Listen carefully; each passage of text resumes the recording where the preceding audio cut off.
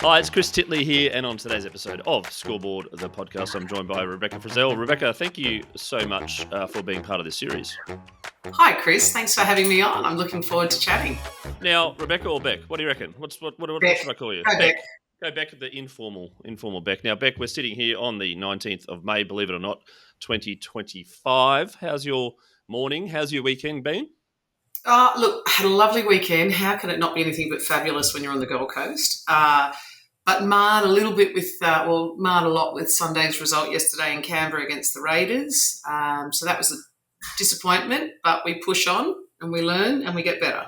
Absolutely. And I think there's a bye next week, so maybe a little refresh for the Titans, and then on to face the Storm, who are coming off a loss as well. And yeah, this year, we're just talking about this before the podcast, this year's NRL is wide open, right?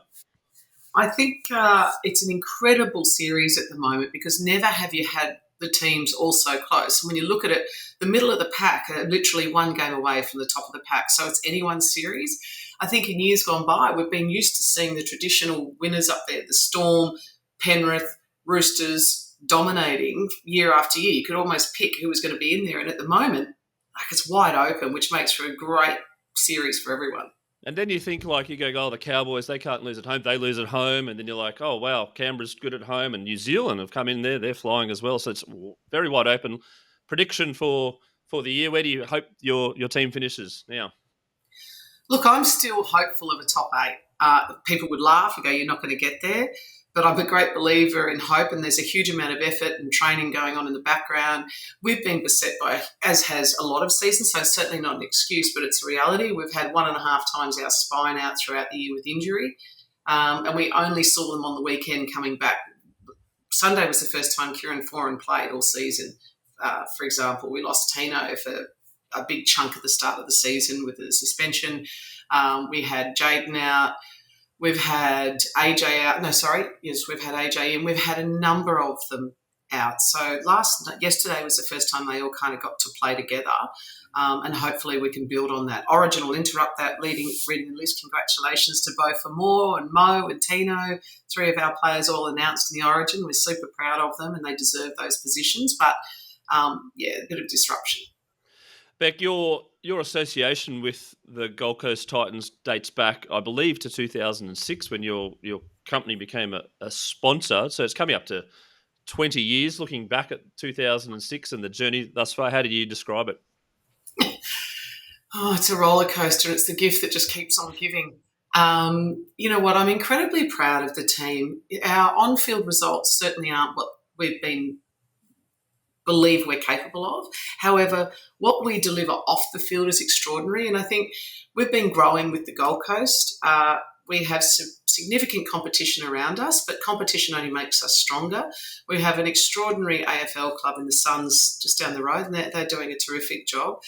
They have a very different funding model to ours, and then we have a behemoth such as the Broncos up the road, which are a publicly listed, hugely successful entity. So we're needing to really grow our grassroots, focus on our pathways, focus on our community, and what we're doing off the field to bring hearts and minds with us on the journey. We will get success. It takes time, though. And when you're dealing with such a competitive environment, not only within our game, but external to our game, it makes it pretty tough, particularly when, in terms of being able to be a decision maker in the club, that's only been really since we took ownership in 2018.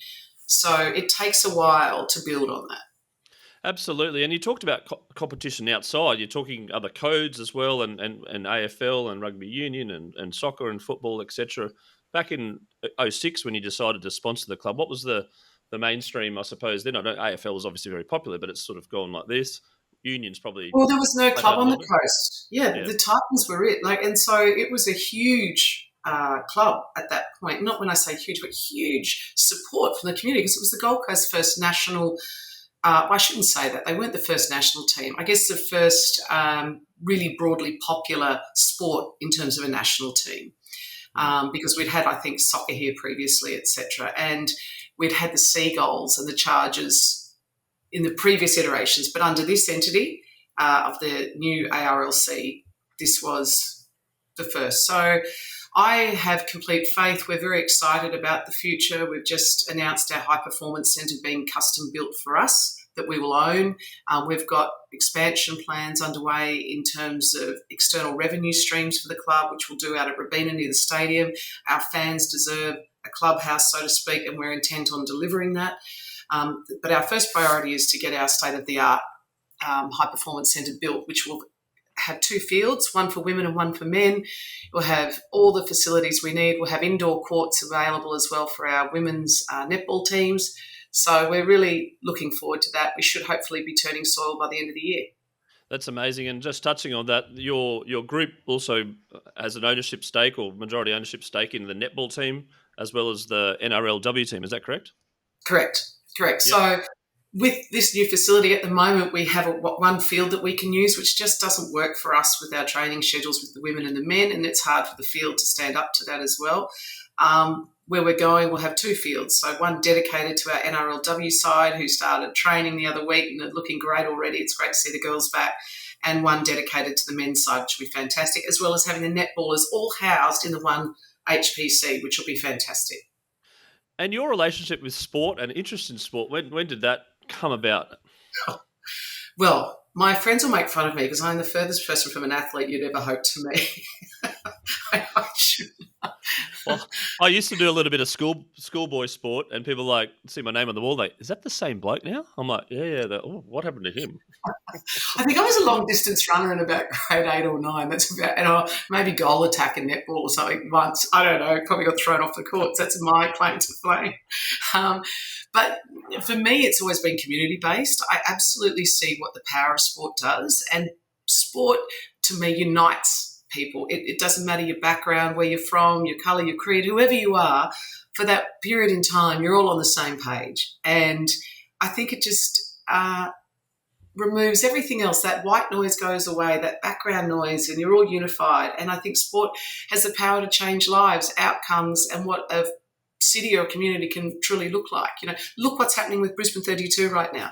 Brisbane will never look the same again post 32, and it'll be a legacy that lives on 20 plus years. And we talk about 20 plus 20. The immediate legacy is 20, but it's going to be 40 years. Barcelona is still living its legacy. And did you ever think that you would be in sport from a business point of view as you were growing up and sort of interest in business? No, frankly, I didn't. I looked at sport back in the early 2000s. I was always interested. I've always followed sport, but I looked at it as an opportunity to leverage and promote your business because I could see how much sport resonated, particularly in Australia. So to me, that was a very good way to promote your business whilst also supporting sport, because particularly back in those days, sport wasn't generating the revenues that it deserved, and the athletes weren't either. And so this was a way, it had a double-edged outcome for us. And then I think, like anybody, once you start getting engrossed in a sport, you can't help but fall in love with it and become passionate about it and see the opportunity that exists with it. And you get hooked on it. And with the sponsorship now, looking at the ownership group now and where the Titans are, how important is it to have good sponsors, long-term sponsors that are feeling the passion and getting involved and also telling their friends and telling their clients, etc., to get that domino effect?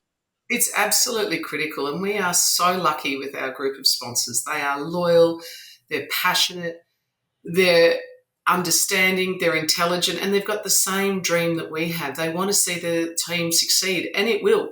It absolutely will. And like any success, it just takes time. Absolutely time. The club has been to the finals in 4 times since it was started in 18 years. We've got to do better than that. We've got to be a regular appearer, but we will do that. The girls were in the grand final, the NRLW, in their first 2 years. We have every intent of improving upon that, and we certainly will.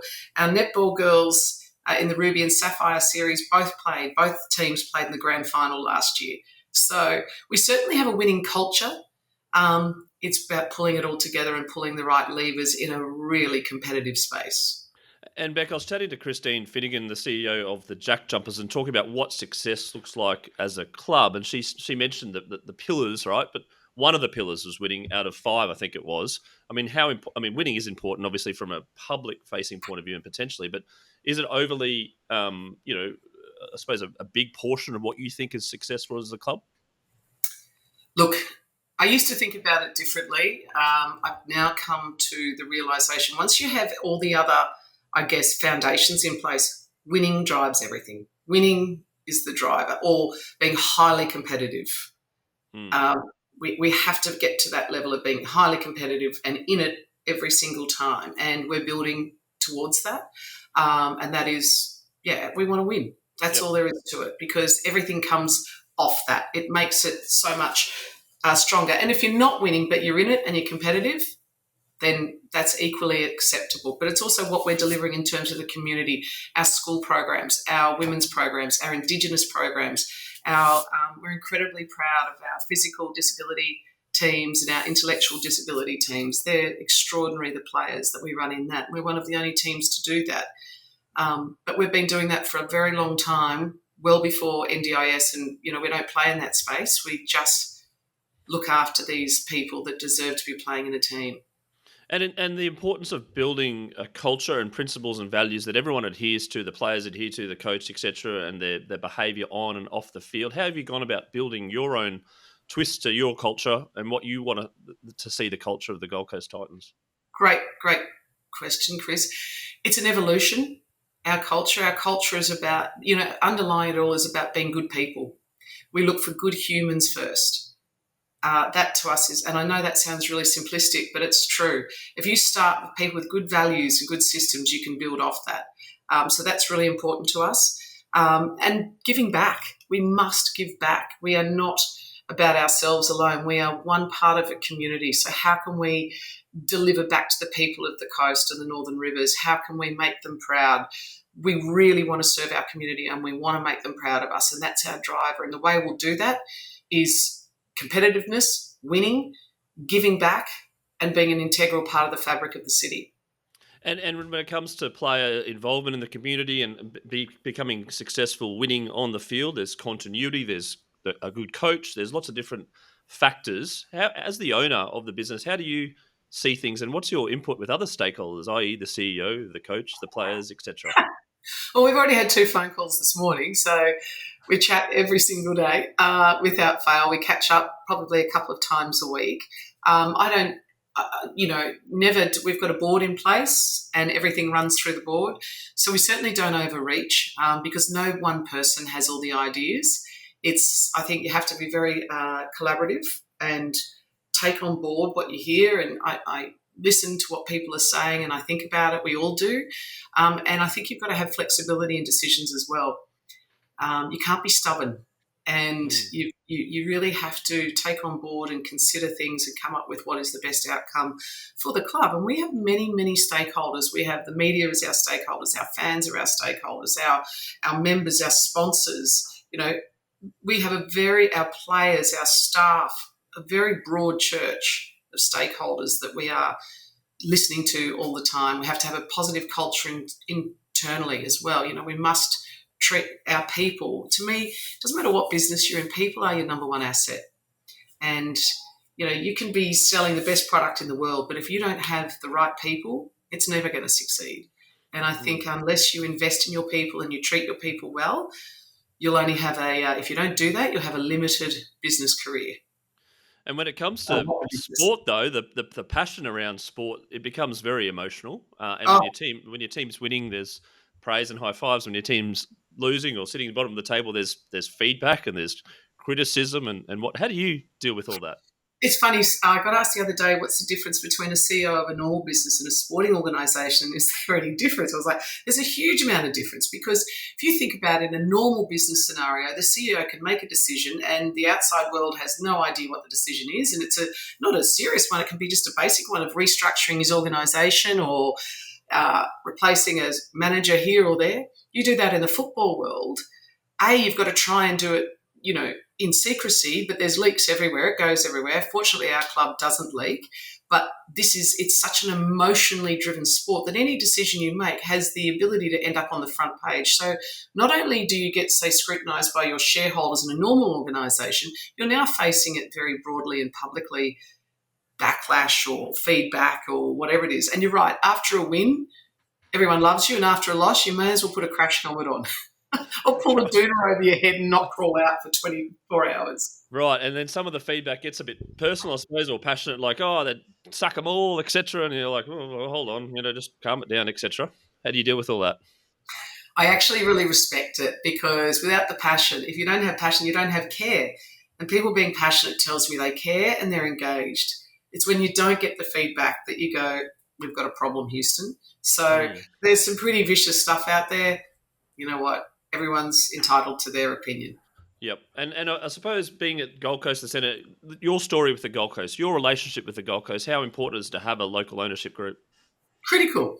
A city can't grow. If you think about the growth of a city, look at what Tasmania's trying to do with Hobart, with the jumping jacks and the AFL side, etc. They know that they can't be considered as a true city unless they've got a national team.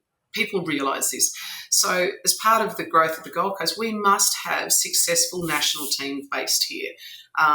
And I'm a big believer in that. And I also look at the outcomes, the pathways that we're creating for our school kids right now, boys and girls across 3 codes, or NRLW, NRL and netball. And we have thousands. Like, we run the largest school comp in the country, bar none, for our girls' NRLW side. Same with the NRL boys. Our juniors program is massive that we're running. So what's filling that void if we're not there doing that? Keeping kids in sport is critical for giving them a pathway. They're not on the streets. They're not up to any mischievous behaviour. They're playing sport, something healthy. They're not on their computers. They're out doing something active, with hopefully a pathway onto the big field. But it's building connections. They're talking. They're learning skills. They're having fun, and they're staying fit. If we're not here doing it, then who is? Yeah, no, absolutely right. There's so many mental health benefits, which I kind of talk to people about this podcast, with kids playing sport and being out there and having fun. And it's almost like it's a life simile in regards to a team sport and any team sport. It's a game changer. I can't tell you how many young players we've brought through, and just seeing them turning up weekend, all through the week for their training, it's their purpose. They love it. And particularly in our disability teams, these people are coming on buses from Lismore and Ballina. We call it our double header when they're playing out at the stadium. We fielded 9 of our players in the Rugby League World Cup, came from our team that played over there 9, fielded a 13 or 17 side team. Pretty extraordinary, all came out of the Gold Coast. But you see the pride in the families that these kids that once weren't even given an opportunity to play in a team, and here they are, and they love it. And they're just delightful, and I know it brings a great deal of joy, not to us just as a club, but to our players as well in both the NRL and NRLW sides. They love working with the disability teams. I think it certainly grounds you and gives you a realistic view on just how fortunate we all are. Absolutely, and in regards to like a goal or goal setting, I know there's roadmaps and things like that. At a personal level, are you a goal setter yourself? And if so, like, is it short, medium term, long term? And where does the club sit in terms of your goals? It's really funny you say that. I'm not someone that sits down and writes down a goal, but I know in my head where I want to be. And I know that I've got to get through, when I talk about just me personally, certain steps to get there. What's got to come first and what the drivers will be. So, yes, I do set goals, but they're realistic, and I know I've got to stage them out. And I often think about there's not always just a clear path to get to that goal. You've got to be ready to change, and there's always going to be, a hurdle that comes in front of you. And I definitely believe they make you stronger. And I tell you, with this team, nothing makes you more resilient than being in sport. And people go, oh, this is terrible or whatever. I think, oh, no, this isn't terrible. We've been through far worse, and we will learn and we get better, bigger and stronger, and we will. And resilience, a trait of your own business life and your own life. Where do you reckon you've learnt your resilience from? Coming out of motor industry of 31 years, you're running a big business on really tight margins. So, you'll be often running on 1 to 1.5%. You've got 1,000 people working. It's big hours. You're doing 50 to 60 hours a week, and it's a high pressure. The Australian motor industry is considered the most competitive in the world when you look at our population base of circa 27 million, we have more brands here for that headcount than anywhere else in the world. So you're fighting for market share. It's a tough game, so you learn resilience there because you are managing on the finest of margins to keep your business alive and to keep your people employed. That teaches you resilience. It's tough. And you've got to, I remember every morning I'd head into the business and you'd be in there early and I'd think to myself, I could be having challenges at home. We had kids, all of that, everything going on in the background, a lot of pressure. And I'd think to myself, you have to lead people. So I'd park my car in the basement. I go, right, showtime, and put my smiley face on and go up because whatever I'm dealing with is irrelevant to the people that are working with me, and we're a team and we need to work together, and I need to be available to them to show leadership and provide direction. And I think one of the things I see in business today missing, and whether it's government or business, is people aren't prepared to make decisions. And you'll see people kick decisions down the road. You know what? I'll come back to you in a month. Okay, that might be okay if that's the research that's required. But you see people not wanting to be accountable for decisions. And I think that really paralyses an organisation. I think make the decision with the information and be as informed as you can. And if it's not right, then be prepared to change. That's about humility and saying, I got it wrong, let's go. But people need to know the path they're on. Seems to me like a little bit of a correlation between decision making and leadership as well, obviously, or as a characteristic or a strong characteristic of a good leader. Have you always been a leader per se at a young age, or has it evolved over time? I don't know whether I always had the confidence to think I was a leader. I always had a fairly forthright or clear view on what I thought was the right thing to do. And I've always stood up for what I thought was the right thing. I'm not afraid to do that. I don't know whether I saw myself as a leader, but I've always been prepared to make the decision or make the call one way or the other. The other critical piece of that is if you are making a decision, make it respectful in how you deliver it and what you're doing, because always at the end of on the opposite side of the table is another human being.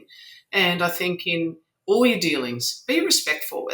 The news may not be good, but it's how you deliver it can make the world a difference. Empathy is very strong. A lot of business leaders and team owners and whatever it's in this, and sports people have talked about empathy, talked about being part of understanding someone else's situation and 100%. listening. Yeah, I've always had a view of walk a mile in someone else's shoes, or try and think about where they're coming from and understand it, and then explaining it back to them. Why or what? But to me, respect, courtesy, I walk into a restaurant and I am constantly, I guess a word I would use is ashamed. I'll watch people talk to wait staff in such an appalling way sometimes, not all the time, where I walk in and I'll think, and I've taught our kids this, I am so grateful that someone is making my coffee, or someone is, how fortunate am I that I'm in a position where I can sit down and order a meal and someone's going to serve me, because that doesn't happen in every part of the world, and we're a very lucky percentage of the world that get to dine out or do these things. And I know it sounds a bit naff, but it's true. Someone is serving me. Show them respect. It's a very fortunate position to be in. I was listening to a podcast on the Howie Games, which is a lovely sports podcast, and Alex Carey was on one of the Australian wicketkeeper, and he was saying one of his traits is make an impression every time you have an interaction with someone. And he said, like at the coffee shop, just ask the person how their day's going, right? And they'll go, oh, sorry? You go, how's your day going? They're like, it's going really well, thank you. How's yours? And there's a bit of a conversation, and all of a sudden it breaks up. It's just this personal, and to say thank you and to be grateful, etc., as opposed to like, where's my coffee? Come on, I'm busy. Yeah. I know. It's extraordinary when you see how people speak to people. I was at a Jimmy Barnes concert last night. That was good after the game. That was a good thing. Highs and lows of a Sunday. highs and lows, And we did see some really good things last night too, I must say, in the game, and it was great to have the team back in terms of a lot of them being out there last night. But what I was going to say is, we were walking into the concert and one of the overzealous security guards just came out of nowhere, and I was actually walking in with the person that was hosting the concert, and the security guard in the high-vis vest didn't recognise who they were, and nor should they because everyone's the same, but just ripped into us for walking through the wrong gate and was just so aggressive. And the person that organised the concert went up and said, come over here, I want to have a word to you. I'm putting this show on, but this is irrelevant. These people are customers, and look at how you've just spoken to them. They've come in to an event, paid good money for the tickets, and you've just abused them. What goes on with these people? No, and I'm sure as well with customers from a Titans point of view, stakeholders, right, as well. They're paying Correct. tickets and the cost of living's going up. So actually, if them making Correct. an effort to go to a game, etc., they want to not necessarily result, but want to have a good experience. Even the Lions lost yesterday, I went to the Gabba. Good experience, broadly speaking. Like Chris, you a touched good on a game. really important point. That's really important to us. We recognise the cost for families and people to be coming to our game. We also know our biggest competitor is the beach. It's free. And to drag people away with their families to come out to a game, that's a big ask, and put their hands in their pocket when there is a financial crunch on. We are incredibly grateful for that, and we are very respectful of that. So we really put a lot of effort into making it a whole of family experience. There is so much going on in the precinct that overwhelmingly all our surveying and feedback tells us that yes, when the team wins, and they do win there regularly, it's extraordinary, but the value for money is first class, and they're very complimentary of that. So that's something we have to keep improving and growing upon, but that is important because it's expensive, and we recognise that, and we're very grateful for that. The basketball guests that I've spoken to talk about the game day experience and how they're altering it and tweaking it, and there's music and fireworks, etc. How have you thought about the game day experience? So getting out there, I suppose the old school rugby league is a 4 and 20 and a couple of beers, etc. But maybe that's changed a little bit. Oh, absolutely. If you come to our precinct, you'll see there is so much going on at any given time. Got live DJs playing throughout the game, prior, post. We've got kids on the field. We've got rock climbing outside. We've got throwing ball comps. We've got so many things happening post, because it's hard to also entertain little kids to sit in a seat for that amount of time. You need to, I in some ways wish we had the old school stadiums where at least you had a grass hill, because then you can put the kids there and they can run around. It's tough to keep little kids in a seat for that long. And there's a lot of little kids there, but you see parents taking them. So we make sure we have breakout zones. So there's heaps for them to be doing throughout the game. And that's important to keep it, and to keep that vibe, the theatre of it going, and to bring the theatre to the field. It's great. The pumped up music, it really adds to the atmosphere. No, it sure does. And in this chat, you talked about like making a decision from like data that you receive, etc., from your business experience. And now we're sitting here in 2025. There must be so much data. There's so much almost data overload when you get reports, etc. Are you looking at key points of data, or are you sort of like a bit of an old school going, I understand this, but the data shows this, but that's okay? No, we listen to what our people tell us. The data is informed by our stakeholders. So that's really important. If we don't listen, you'll go out of business. So we really take that on board, and we'll tweak and adjust till we get it right. We can only control the controllables, right? There's certain things we can't touch, but the things that we can and we can enhance, we absolutely do. If it's access to car parking, if it's access to the gate, we're constantly working with the government and the council. How can we improve that? And, we get little wins along the way. Is it perfect? No. But does it get better every year? Yes, it does. So those things are critical to us. Are we catering for kids, like I spoke about? 100%. We can't affect always the offerings at the stadium, because we don't control the stadium. However, we give the feedback constantly to the stadium. We are their largest tenant. We try to make changes for our stakeholders. So, yeah, we absolutely listen all the time. And then when it comes to being a club in an NRL, you've got master company doing initiatives as well. What sort of feedback do you get and two-way communication do you get with the NRL? The NRL are really good to work with. They're doing an exceptional job. You can just see what they're doing now around expansion, growth of the game, viewer ratings. I mean, to be the number one sport in Australia in terms of viewing audience is pretty extraordinary, where it's come from in a pretty short period of time. So I take my hat off to Peter V'landys and Andrew Abdo. And I can tell you right now, there's those two executives, you can call them, and if they don't take your call, they're back to you within an hour. They are quite extraordinary. They never don't take a call. They never don't listen. They're so approachable. And I think when you've got business partners like that, we're very fortunate. Extraordinary. Absolutely. And in regards to they've tweaked some rule changes as well, like the 2-point field goal and the 40-20 over the golden point, etc. How much play do you have in that? Do you suggest some things every now and then? And do they just say, "Oh, thank you, take it on board"? It's all up to them. I stick in my lane of what I know, and if I start making those suggestions, God help us. So Yeah. Well, you're a fan, but you're a stakeholder as well. I mean, there must be yeah, I'm a stakeholder, but lots of there's different so ideas many and other feedback. people out there with much more knowledge than me in that space. And if I start doing that, we're in a world of hurt.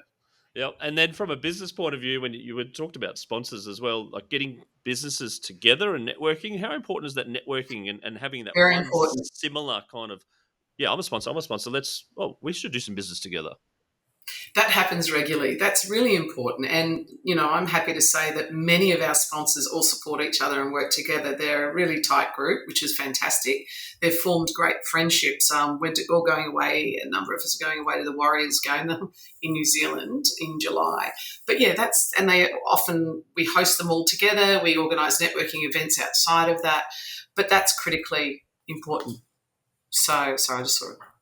That's okay. And now I'm going to ask a couple of personal things about you, the person behind the ownership of the group. Are you always thinking about rugby league and football and business, etc., or do you switch off and go, right, I love a Jimmy Barnes concert or go to the beats or a good podcast?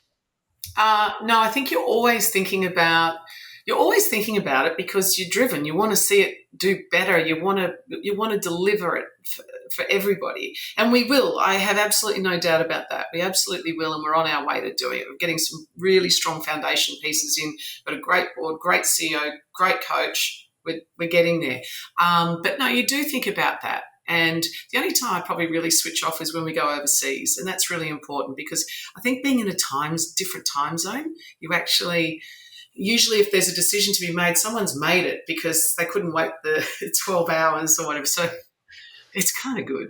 So going overseas is almost like a digital detox. You're like, It is. their day's my diet night, and someone's taking care of it. We're all Someone good here. sorted it. That ship sailed. So, yeah. Except if you go to New Zealand, right, with the Exactly. ownership group. Yes. And I always love getting on the plane. I deliberately don't take the Wi-Fi because I think I just want to sit in this bubble and not hear or see anything for a period. And then you turn your phone on and I know. you know. Now, you know what I do? I catch up on all my emails. I hit send, dump them all, clear out my inbox, and then by the time you land, you go, bugger, everyone responded. I've filled it again. Yes. Back again, this endless cycle. Are you a zero inbox person? No, I wish I was. I am, and it's Are tough. you? It's tough to keep up though. Like it's almost feels like my time is like, reading or responding, and it's cathartic. But I'm like, there's another hour gone in a day, which potentially is kind of like, could I have used that more efficiently? So I toss and turn about it. I've got a question for you. If you think back, say, 30 years ago, 25 years ago, I don't know the exact date, how many letters a day would you have sat down and written? Well, I would have been 14 or 15, so not many, but zero, probably. Yeah, so how many letters, effectively? Dear Beck, I'd like to, how many are you writing now in an email? Like you think about, you've got to think about your construct of the email, what the subject is, what you're responding to, and we're probably doing 40, 50 of those a day. Yeah, I'm going to my sent items on the 16th of May, which is Friday. Oh, we're into the 15s to 20s. Yeah. There you go. And you've had to think about, does that sound right? Have I used the right term? I don't want to cause... Just think about where previous times we'd pick up the desk phone and have a chat, or we'd write a letter, then we had to post it. That'd take a week. Then you'd think about it, you'd write back, that'd take a week, and that decision would take 3 weeks, where now I email, and if you haven't come back to me within an hour, I ring you and I go, Chris, what'd you think of the email I sent you? You're like, ah! Yeah. Someone said to me, well, my old boss said you can't milk a cow by sending an email. And I was like, that's an interesting one as well. What did you say? You can't milk a cow by sending an email. Like, pick up the phone. Like, pick up the phone and talk to someone. And I was like, oh, yeah. Yeah, and people are a bit hidden with the old, like, send an email, dear Beck, blah, blah, blah. But just, instead of like, hello, because they'll probably call you back. Now, if you're busy, leave a voicemail, but they'll probably call you back eventually. And you can actually get it. You're right. I don't know. I might have to start doing the old let the thousands thing. It got a little anxiety, though, like going, have I missed something? Have I missed something important? But maybe I totally get what you're saying. I used to be a clear the inbox. I can't. And so now what I do is ones that I'm scared I'm going to miss or I just put the flag next to them and then I just sort my inbox by flags and then I go back to that. You know how you scan something, you're walking into something and you look at it and you go, oh, I've got to get onto that. So I'll just click flag and then I know I've got to go back to it. So that's it's a red flag or you color code? It's a little red flag. and then you can just sort your inbox by your little red flags. Okay, and then everything else just goes into the cloud ether. Just Yeah, sorry, yeah, not important. Okay. not important because Well, I don't I got want an to email back write from you. That was pretty cool. I'm happy now. I made the cut. My inbox has got 4,500 emails in it. I'm embarrassed to say. But I just think, and when I get some time, like I'll sort them and delete them. But really, ring me. What about the LinkedIn direct messages, WhatsApp, Oh, text messages, Facebook messages, email? Like, do you get? Do you kind so of I like? don't do social media. I'm a very boring person. I don't do social media. I obviously have an account so I can stalk my kids, but I stalk my kids. I'll stalk the players just to see what's going on, and also, it's a good temperature gauge to watch. Also, the fan groups and whatever, and have a look what's going on. But in terms of that, yeah, I don't do anything about myself. LinkedIn, oh my goodness, I had that set up for the business with cars. That drives me mad. I don't engage with it. I'm not up to date. I think it says that I think my profile says I'm on the board of racing Queensland. You're That's not my on the board of profile. Racing Queensland. Yeah, I am. Oh well. But that's all it says. It Oh doesn't. right. Okay. That's all it says. Okay. Fair enough. Yeah. It doesn't talk about football or automotive, or it's pretty funny. So I really probably need to get into gear with that. Oh, yeah, but there's lots of different types of. Speaking of your kids, you stalk them. Do you ever comment on them? Like, what are you doing? And they go, "Mum, stop." I have done that. I have liked or loved something, and I'm like, oh, mum, we just get off our page. And then I'm also one of those really bad parents where they're showing me something on Instagram of one of their mates, and they'll go, Mum, don't touch the screen. You're going to like it. And I've got, fat thumbs or whatever, and I'll accidentally like something, and then they go off their head. Like, I'm a total nuffy in that space. And yeah, mum, the embarrassing mum liking other people's friends' Instagram posts. Yeah, there you go. Anyway, Yeah. sport. Now let's get back on to sport. Your favourite. It's a tricky question, I reckon. Your favourite all-time sporting moment? I think I've got two. Well, actually, can I have three? That's really cheating, isn't it? I'll give you three as long as you respond to my emails. No, it's fine. I'll give you three. Right, done. Okay. Sold. The swimming at the Sydney 2000 Olympics. Absolutely. Yep. That was just brilliant. I'll never forget that as long as I live.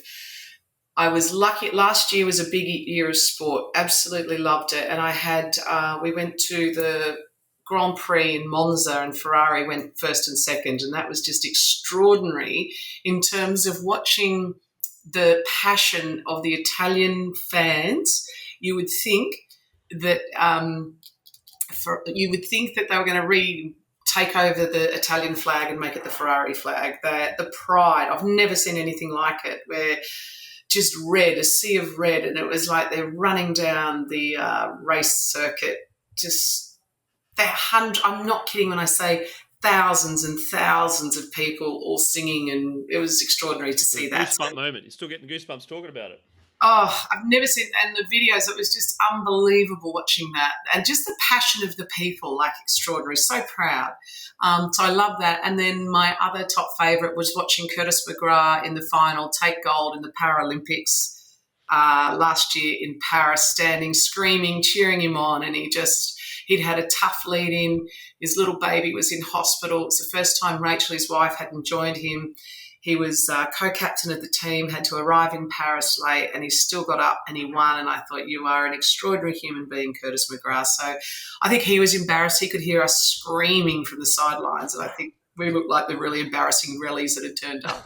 That's awesome. That's great. 3 scoreboard moments. All-time favourite sporting moments. Now we're going to talk about the scoreboard moment, which is a moment in your life which is a kind of describing like a sliding doors moment or a picture or something that happened in your life, and you're like, I remember that very, very vividly and very, very clearly. And from that moment, things changed a little bit. I remember I'm someone that if you tell me I can't do something, that's probably the best thing you can tell me to make me then do it. So I think without giving too much away, I was told quite a few years ago that you will never succeed in attracting this particular franchise. Don't even bother. And I was like, really? Is that so?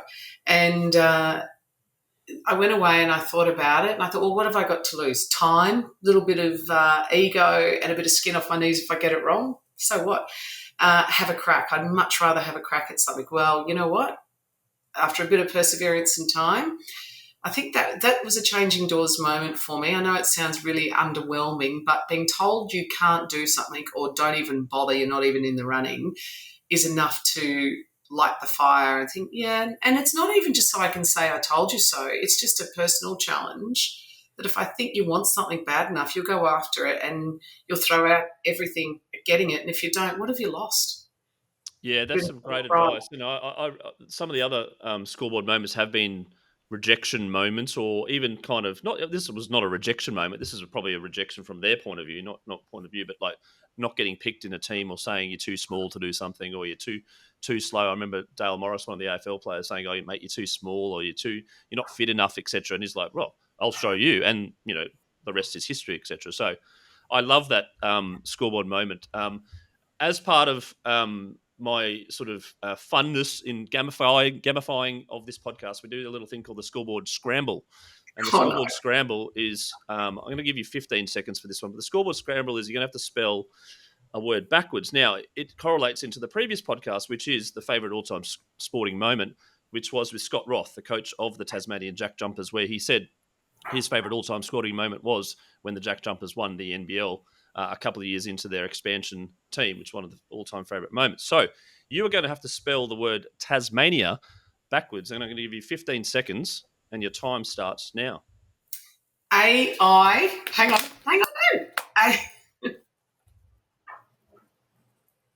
AINAMSAT. Jackpot. You got it. You got it in about 10, I reckon. So you had about 5 seconds to spare. But maybe the use of props, I'll give you another second. But you didn't give me rules around what I... No, you're right. I needed to give the guidelines, the rules correct, and I'll give you got the winner's ticket, right? Congratulations. AINAMSAT, Tasmania backwards. And now, because when we're talking, I thought you were going to give me Jack Jumpers, and I'd started spelling that backwards. So you threw me when you said Tasmania. Tasmania could have been the Jack Jumpers as well. And now I've got 3 sporting moments for the next podcast for you. I've got the swimming, I've got Curtis, and I've got, what was the other one? I forget now. Oh, the Monza Grand Prix. That's right, the Grand Prix, the middle. You were there. That's right, indeed. So now, one final question. Some advice to people who are probably in their teens now. We're sitting in 2025, a different era when we were growing up. What's some advice to either someone that wants to be involved in sport from an administrational point of view or an investment point of view, etc., and or someone that potentially wants to play high-performance sport? I don't want to, if it's okay with you, Chris, I don't know this is a sporting podcast. I don't want to narrow it down to sport. Sure, go for it. I actually just want to just say in general, have faith in yourself. I think what happens with people, all of us, myself included, we have self-doubt, and we've always got that little voice in the back of our head saying, you can't do that. Don't be ridiculous. You're not this, you're not good enough, you're not fast enough, you're not smart enough, whatever. And you've got the other voice saying, maybe I can. You know what? Have a go. I really believe in having a go. Have confidence in yourself. Believe in yourself. You've got to put the work in. You've got to do the research, etc. It doesn't get rid of that. But self-confidence is such an important thing. And look, I still get terrified. Like coming on this podcast this morning with you, I've been dreading it for the last 2 or 3 days because I hate talking about myself. I think I have nothing to talk about. And I get really nervous. And nervousness is probably a good thing. But then I tell myself that you can do this. You can do this. And I think and I watch it in my kids, we really need to have confidence in ourselves and back ourselves. So if you really want to do something, believe in it, go for it, but do your homework. What a way to finish. Bec Frizelle, thank you so much for being a part of Scoreboard, the podcast, and sharing your story and sharing all the ups and downs of your life. Looking forward to following the progress, looking forward to following the progress of the Titans group as a whole and all the different codes, etc., and looking forward to keeping in touch. Look forward to it, Chris. Thanks so much for having me on.